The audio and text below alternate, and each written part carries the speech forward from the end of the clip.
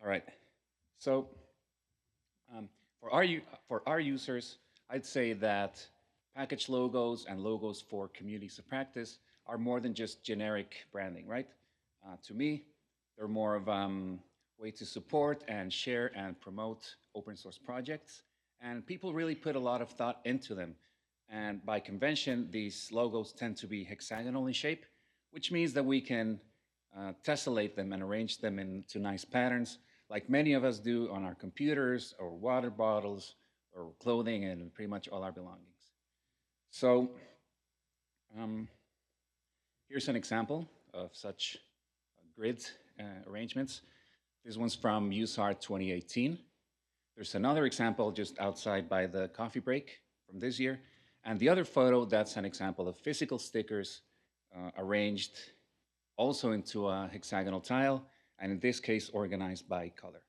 So this is something that I wanted to recreate and go a little bit further. There is code out there to do this sort of thing, like arrange the images and stagger them so they fit edge to edge. And brings me to what I wanted to share today, which is this package hex session. That's the logo. I have stickers for it.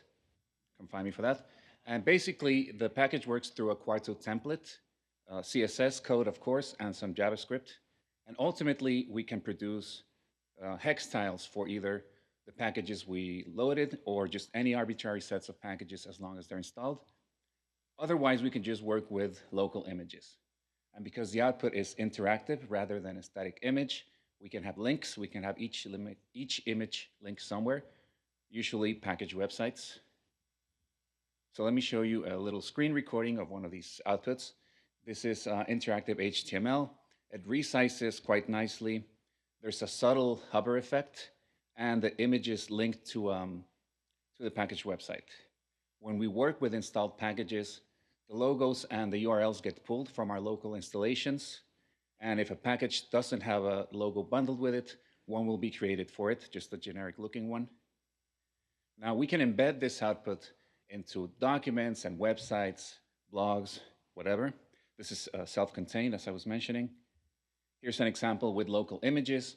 I had some dog photos from an API. This is from a blog post of mine. And the photos themselves, they can be in any format, and they don't need to be hexagonal. They'll get clipped by the package.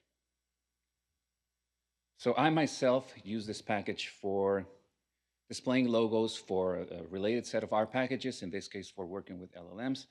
That's embedded in a Quarto book, a Babel Quarto book, because it's in English and Spanish.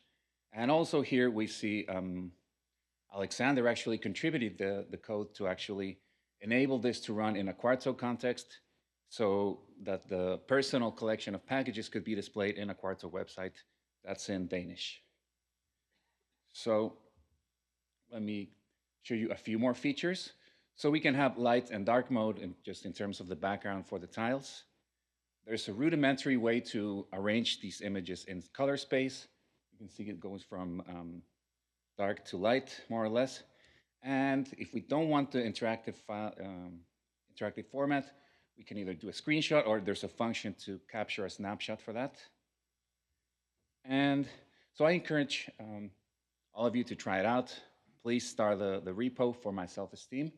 But also, I mean, I feel like there are many use cases for this. Maybe you want to show the packages you're using in a project, or you have a package universe, and there's tons of package universes out there, or you just family photos, or whatever. So running a little bit ahead of time, but that's fine. So the package is on GitHub. Feel free to use it. What else? I'm happy to keep improving this project. And finally, I want to thank my lab, my communities, and acknowledge these two resources there. A little broke on the slides. But these resources really help me understand the web development part of getting this thing to work through CSS and JavaScript, and just running everything through Quarto. So I wanted to acknowledge that. And thank you. That's it.